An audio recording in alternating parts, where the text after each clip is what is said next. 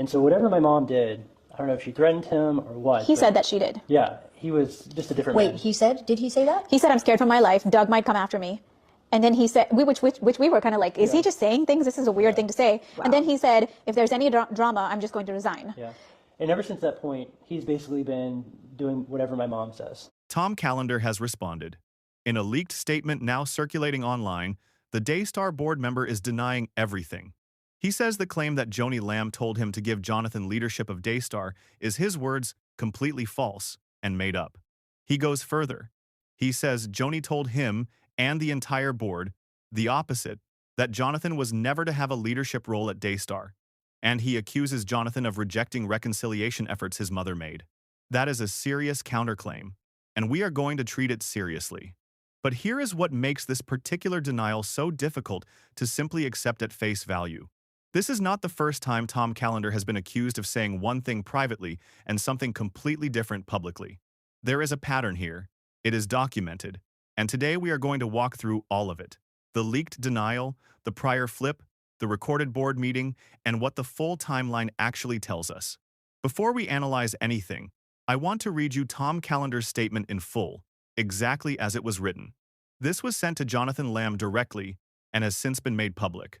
I'm reaching out to address false statements currently being circulated online by you and others. Just so we're all clear. Claims that I somehow said to Mary Colbert that Joni told me that she desired for you to become the head of Daystar or to give you Daystar prior to her passing are completely false and made up. To the contrary, Joni made it clear to me and the board that you were never to have a leadership role at Daystar. In fact, you and I have discussed this very thing previously. Separate from that, you know that Joni made multiple sincere efforts to reach out to you in a spirit of reconciliation. You rejected those efforts. Period. That is the statement. Now, 3 things immediately stand out, and I want to take each one carefully. The first thing to notice is what Tom Calender's statement does not deny. It does not deny that he had a phone call with the anonymous source identified in Julie Roy's reporting as Sally. It does not deny that he wept on that call. It does not deny that he subsequently reached out to Jonathan directly, the first contact in a very long time. It does not deny telling Susie Lamb he couldn't wait to wrap his arms around her or that something had been relieving him of enormous stress. What it denies is specifically and only this, that Joni told him Jonathan should lead Daystar or be given Daystar. That is a narrow denial inside a much larger set of events, and the narrowness of it matters. The second thing to notice is the counterclaim. Joni made it clear to me and the board that Jonathan was never to have a leadership role. If that is true, it represents a direct reversal of what Marcus Lamb's documented succession plan said. And it raises an immediate question. When did Joni make that clear? Was it before or after the events Jonathan and Susie have described? Because the timeline is not incidental here. It is everything. The third thing, and I want to be fair to Tom Calender here, is the reconciliation claim. He says Joni made multiple sincere efforts to reach out to Jonathan, and that Jonathan rejected them. Jonathan has not publicly addressed that specific allegation yet. If true, it complicates the picture significantly. If false, it is a serious charge to level against a grieving son in a public statement. We note it. We don't resolve it either way. That is what the record currently supports. Here is why Tom Calender's denial cannot be evaluated in isolation. Because this is not the first time he has been at the center of a story about saying one thing privately and something different publicly. Jonathan and Susie Lamb have been making that accusation for some time, and there is a documented record behind it. Tom Calender, he's been a family friend for many years.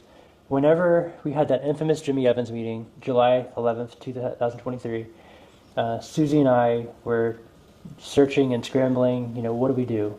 And so Tom, the other board member, it was my mom and I and Tom, we booked a ticket to meet him at his home in Montgomery, Alabama, and we just wanted to lay out everything that had transpired and let him just really lay it out and just let him know, hey, this is what's gone on. Susie and I aren't on television, this is why. And when we first went there, as far as the marriage went, he said that he believed the Word of God is black and white. And so we were like, okay, this is great. He's completely with us. He believes the Word of God. And he also, one of the other things that he told me was that he pointed out that an email that my dad had sent as one of his last emails that he had ever sent to Tom, and that was the succession plan email, which stated that my mother would be the president after my dad passed, and then I would be the president after her. He said, I will make sure that I will make sure this comes I to am pass. Marcus's dying breath He on literally earth. said, I'm Marcus's dying breath. I'm going to do everything in my power to make sure this comes to pass. So we're like, okay, this is great. He said that was the reason he's still alive, because he's Exactly. 80 something.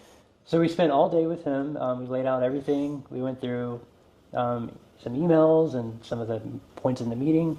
And him and his wife were just both very compassionate and seemed to really care. And we left his home that night thinking, okay, this is great. We've got someone that is going to ensure that Daystar is going to be going down the right path, that we will be able to continue forward.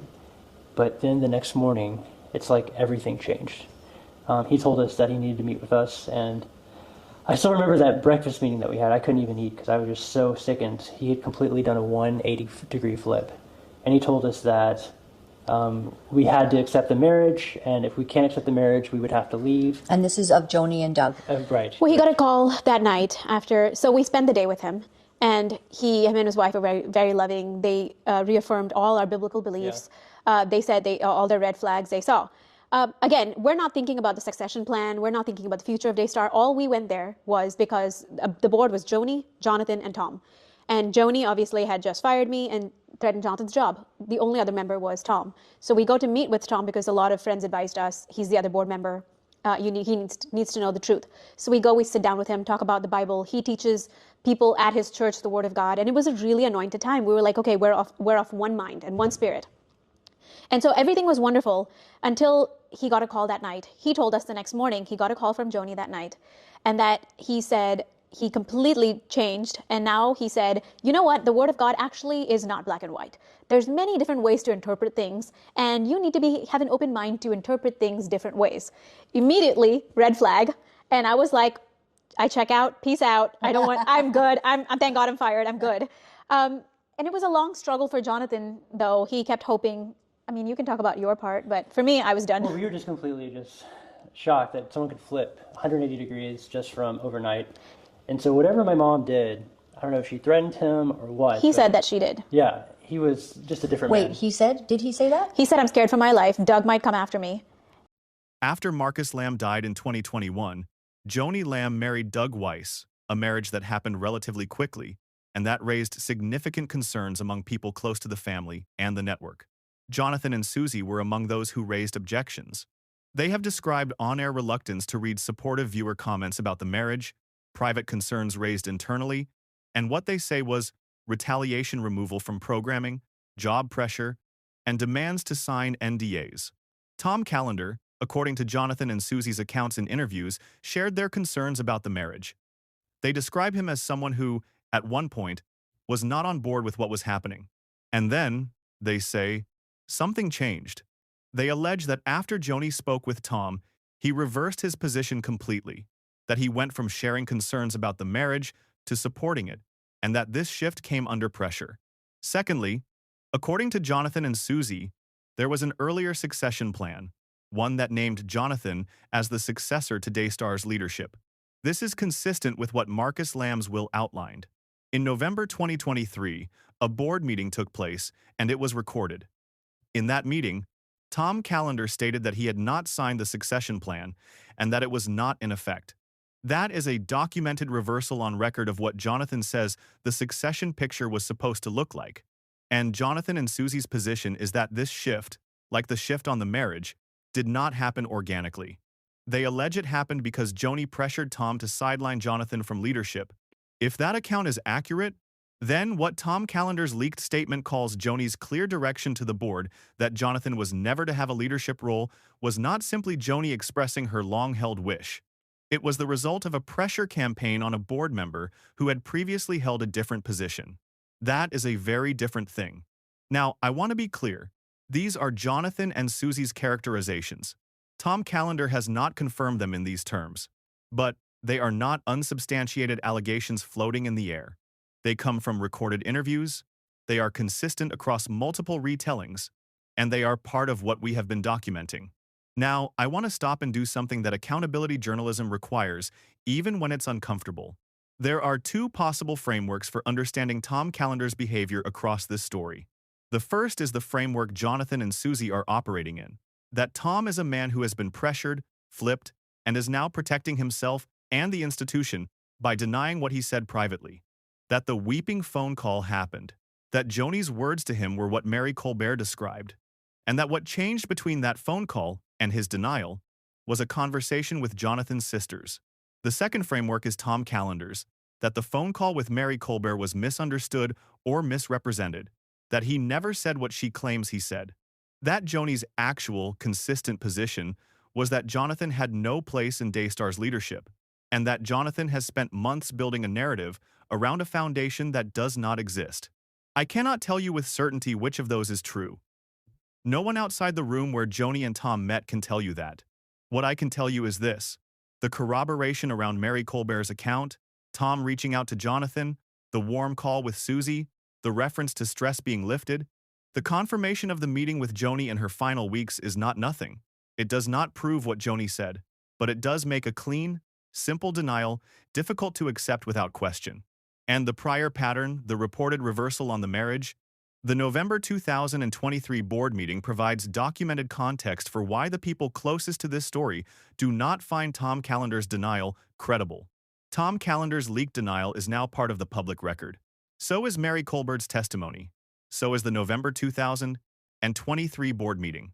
So is the text message Calender sent 2 days after the funeral saying none of it ever happened.